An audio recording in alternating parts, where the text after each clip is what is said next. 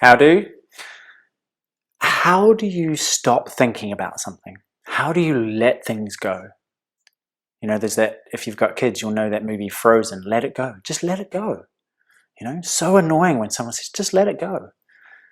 How do you stop dwelling on stuff? You know, and that's a very important life skill, is how do you stop letting things or people you dislike, situations that annoy you, how do you not let them fill up your brain? How do you stop them from dwelling in your own head? You know? How do you stop that argument with your boss from filling up your leisure time when you're not even at work? How do you stop that divorce from grinding you down? How do you just simply drop it and focus on something else? Well, I know for sure the more you practice it, this is a skill, a very useful skill and an important skill. For example, sleep. Who at 3 o'clock in the morning has been stuck thinking about finances or a relationship or the things they did or didn't do? Me for certain. One clever trick, work on your breathing practice. Your breathing practice, when you focus on that, it flicks your brain into the human way of thinking, away from the chimp. Breathe deeper, slow, bring your full attention to it. So you're learning to focus on one thing. You're learning to focus on your breath, not the thoughts that are spinning around in your head. And what it'll do is, the better you get at it, the more you can anchor yourself in the breath and let that little bit of anger, depression, anxiety, worry, frustration, whatever it is, you can let it spin out and you get more and more present. You get more and more detached from this and more involved in your body. So super important. The other thing is a very useful skill is have you ever tried stopping thinking? Yeah, of course, everyone's tried, especially at 3 in the morning. And instead you get up and see what's in the fridge to distract yourself. Here's something that may help. Instead of stopping your mind, what I want you to do is be curious about it. So for the next 30 seconds, 60 seconds, all I want you to do is watch your mind, notice your thoughts, as if they were clouds, birds, whatever, floating by. For this, I want you to count. So we're going to close our eyes for 45, 60 seconds and just count every time you notice a thought. Okay? So, when you're ready, close your eyes, count.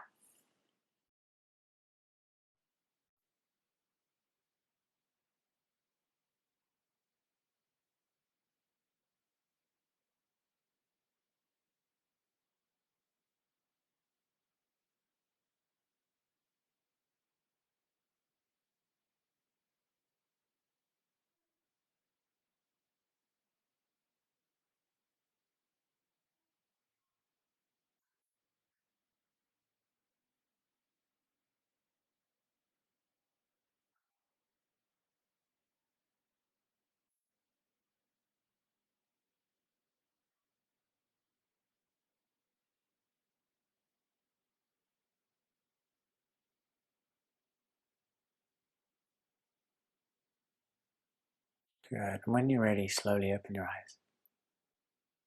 Now, if you're by yourself, you can do that for as long as you like. If you're wide awake in the middle of the night, you can do that.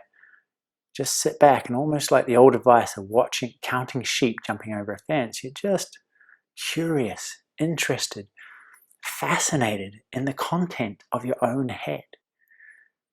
Here's the interesting thing. The Tibetan word for meditation is familiarization. So you're becoming that little exercise, and it doesn't matter if you counted one thought or a million. The fact is you're becoming aware of what your mind is telling you. You're becoming interested, conscious, familiar with the voices chatting to you constantly. And so instead of being on this unconscious, they speak, you respond, you're bringing them forward. You're starting to become aware of all those voices. And that's particularly useful when you have a doubt or an anxious thought or an anger thought or a chimp thought or anything, so you can see it clearly and go, that gap is much greater. It gives you time to see what you're telling yourself. When you're self-aware like this, you have choice. You have freedom to put into action what you want to put into action. If you don't like it, you can ignore it. You don't have to push it away. You just see it for what it is. A thought. That's all it is.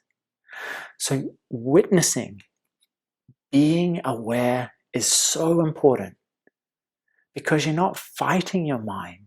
You're just stepping back from it. And the creation of space is so valuable because you don't have to do anything about your head. You can let it run and just witness it. Just be curious about it. Just laugh at it. Now I know this, again, it takes skill, it takes practice, but such a valuable skill because then you're free of all the negativity, all the judgment, all the doubt, all the confusion, all the fear, anger, whatever in your own head.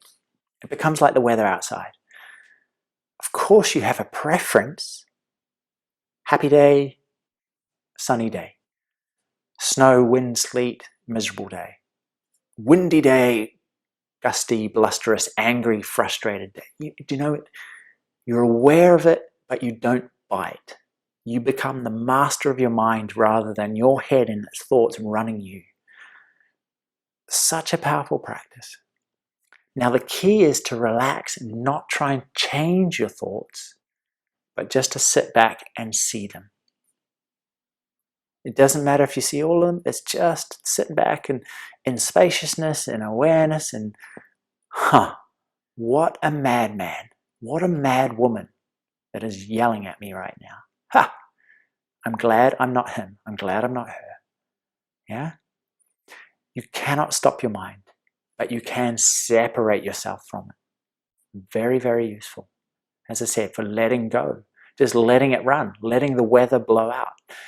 And what's left when it blows out is calm, clear, content, unaffected. Yeah. A big thing to do, big, powerful skill. So practice it. Good luck with it. It's well worth it.